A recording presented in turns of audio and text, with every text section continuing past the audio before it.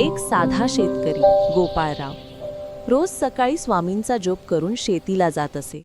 त्याचं मन स्वामींवर प्रचंड भक्तीचं होतं. पण आयुष्यात संकट मात्र एकामागोमाग एक येतच होती. एके दिवशी गावात वादळ आलं. शेतीचं मोठं नुकसान झालं. घरात आई आजारी आणि पैसाही नव्हता. गोपाळराव रडत रडत स्वामींच्या फोटोसमोर बसला. म्हणाला, स्वामी, आता कसं चालेल? त्या रात्री त्याला झोपेत स्वामींचं दर्शन झालं. स्वामी म्हणाले, गोपाळा, चिंता करू नकोस, मी आहे तुझ्या मागे. सकाळी उजारताच माझं नाव घेत कामाला लाग. गोपाळराव गार पडला. उठल्या उठल्या त्याने 3 वेळा जप केला, जय जय रघुवीर समर्थ.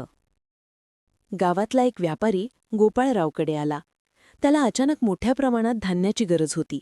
त्याने गोपाळरावची शेती पाहून म्हणाला, तू जो धान्य वाचवलंय ते मला लगेच हवंय. किंमत मीच सांगतो, तुझ्यासाठी जास्त देतो. गोपाळरावच्या हाती एकदम मोठी रक्कम आली.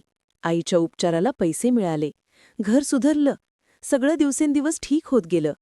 गोपाळराव डोळ्यात पाणी घेऊन पुन्हा स्वामींच्या फोटोसमोर उभा. स्वामी, तुम्हीच जगतात माझा खरं आधार. स्वामी समर्थ नेहमी सांगतात, भक्ताच्या घरात संकट आलं तरी मी त्याच्यासोबत असतो. कथा आवडली असेल तर नक्की सबस्क्राईब करा. जय जय रघु